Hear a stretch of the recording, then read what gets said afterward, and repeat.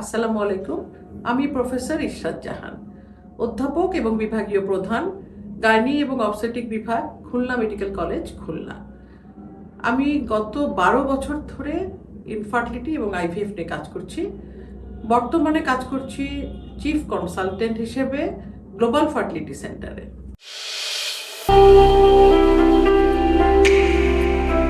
তো আমরা যেসব ভুল ধারণাগুলি পাই সেগুলোর মধ্যে একটি রয়েছে যে আসলে টেস্ট টিউব বেবি কি টেস্ট টিউবের মধ্যে হয় কিনা। আসলে টেস্ট টিউবের মধ্যে কিছু হয় না, যেহেতু একটি স্পার্ম এবং ওভাম নিয়ে আমরা বিভিন্ন একটি পেট্রি ডিশের মতো একটি ছোট বাটির মতো একটা জিনিসের ডিশের মধ্যে বিভিন্ন মিডিয়া দিয়ে মিক্স করে সেটিকে ইনকিউবেটরে রেখে তারপর 2 দিন বা 3 দিন পরে আমরা আবার দেখি যে কেমন তৈরি হলো, ভালো এমব্রায়ো তৈরি হচ্ছে কিনা। তারপরে আমরা আবার সেটিকে হয় ফ্রিজিং করি অথবা জরায়ুতে দিয়ে দিই, হ্যাঁ, গর্ভে ধারণ করার জন্য গর্ভে প্রতিস্থাপন করি। এভাবেই আসলে একটি আইভিএফ বাচ্চা তৈরি হয়। এটা আসলে টেস্ট টিউবের মধ্যে কোনো বাচ্চা তৈরি হয় না। তো আর এটি যেটি রয়েছে যে আরো কিছু ভুল ধারণা আছে যেটি নীতিগতভাবে ঠিক কিনা, এটা মুসলিম আইনে ঠিক বলে কিনা। এটা আসলে ঠিকই বলে, কারণ যেহেতু বিবাহিত দম্পতি যদি তার স্ত্রীর ওভাম নিয়ে এবং স্বামীর স্পাম দিয়ে করা হয় তাহলে এটি অবশ্যই বৈধ। এটি যদি অন্য কারো কখনো ডোনারের প্রয়োজন হয়, হোক সেটি মেল পার্টনারের অথবা ফিমেল পার্টনারের, সেই ক্ষেত্রে কিন্তু এটি বৈধ বলে মনে করি না আমরা। আর আরেকটি যেটি রয়েছে যে অনেকে আবার বলেন যে কেন বৈধ হবে না, কারণ কেন ওরা স্পার্ম ডোনেট করতে পারবে না, কেন ওভাম ডোনেট করতে পারবে না। আমরা যদি একজনের চোখ আরেকজনের চোখকে দিচ্ছি, একজনের ব্লাড দিচ্ছি আরেকজনের শরীরে, তাহলে এটি কেন হবে না, বৈধ হবে না।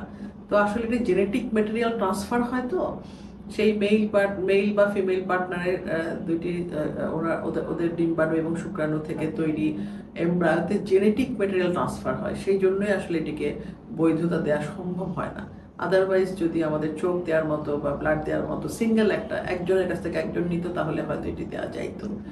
তারপরে যেটি রয়েছে যে অনেকে মনে করে যে এটি হয়তো নিজস্ব না, এটা অবশ্যই নিজস্ব। এবং আমাদের বাংলাদেশে সাধারণত কিন্তু ডোনারের করা হয় না, ডোনার দিয়ে আইভিএফ করা হয় না। সেটি ডোনার অভাব হোক বা ডোনার স্পার্ম হোক, করা হয় না। যেহেতু আমরা মুসলিম কান্ট্রি, আমরা মুসলিম ল ফলো করি, সেই জন্য আমাদের এটি হয় না।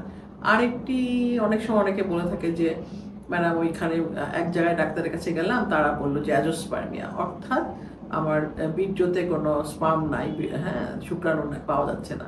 আবার আরেক জায়গায় গিয়ে কিভাবে তারা আইভিএফ এর কথা বলে।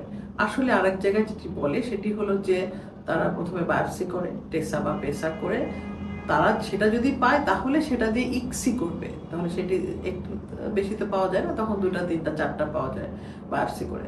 তখন ওইটা দিয়ে একটা ডিম্বাণুর সাথে একটা শুক্রাণু মিলানো হয় মাইক্রোস্কোপের নিচে, এবং সেটি হচ্ছে অত্যন্ত খুবই সূক্ষ্ম একটি কাজ এবং খুবই সুন্দর একটি কাজ। এই সূক্ষ্ম কাজটি কিন্তু আমাদের দেশেই হয়। আমাকে কিন্তু পেশেন্টরা প্রায় বলে, কই আমাদের দেশে কি এগুলো হয়? অবশ্যই হয়, এবং অনেক সেন্টার হচ্ছে, বাংলাদেশে অনেক সেন্টার হচ্ছে, এবং বাংলাদেশের প্রতিটা সেন্টারে কিন্তু আমাদের যেই ফার্স্ট কান্ট্রিগুলোতে যেসব মেশিন দিয়ে করা হয়, সেই মেশিনগুলোই কিন্তু বাংলাদেশে আমদানি করে সেই একইভাবে একই প্রোটোকলে করা হয়। তো সুতরাং এটি অবশ্যই প্রযুক্তি নির্ভর, এবং এটি ঠিকই আছে যে টেসা পেসা করে কিন্তু পাওয়া যায়, এবং তারপরে আমরা এক্সি করে প্রেগনেন্সি পাওয়া যায়। কিন্তু টেসা বা পেসাতে যদি স্পার্ম না পাওয়া যায়, অর্থাৎ স্পার্ম তৈরি হয়তো হচ্ছে না, তাহলে কিন্তু আর সম্ভব হয় না। তখন আমরা ডোনারের কথা বলি, যেটা কিনা আমাদের দেশে করা হয় না।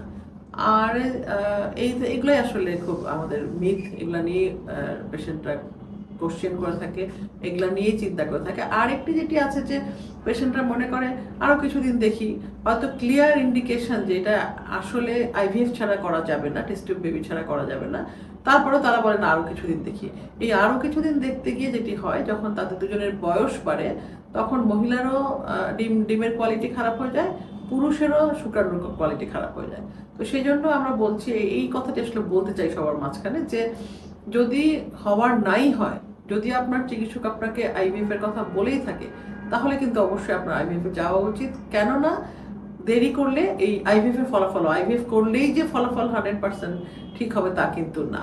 আইভিএফ করলেই যে আপনি প্রেগনেন্ট হতে পারবেন তা কিন্তু না। অনেক ব্যাপার আছে, সেটা এমব্রায়ো তৈরি হলো, এমব্রায়ো তৈরি হওয়ার পর ইউটেরাস দেওয়া হলো, ইউটেরাসের যে এন্ডোমেট্রিয়াম থাকে তারা হয়তো ঠিক মতো এটাকে গ্রহণ করতে পারলো না, বা কিছু গ্রহণ করা কিছুদিন পরে আমাদের এরকম হয়, কিন্তু কিছুদিন পরে মিসড অ্যাবর্শন হয়ে যাচ্ছে বা আরেকটু বড় হয়ে অ্যাবর্শন হয়ে যাচ্ছে। তো সেই ক্ষেত্রে এইটি মনে রাখতে হবে যে আইভিএফ করলেই যে 100% সফলতা আপনি বাচ্চা বাড়ি নিয়ে যাবেন, সেই ব্যাপারটা এত সহজ না। সারা পৃথিবীতে যেই পার্সেন্টেজ আছে আমাদের দেশেও কিন্তু সেই পার্সেন্টেজ আছে।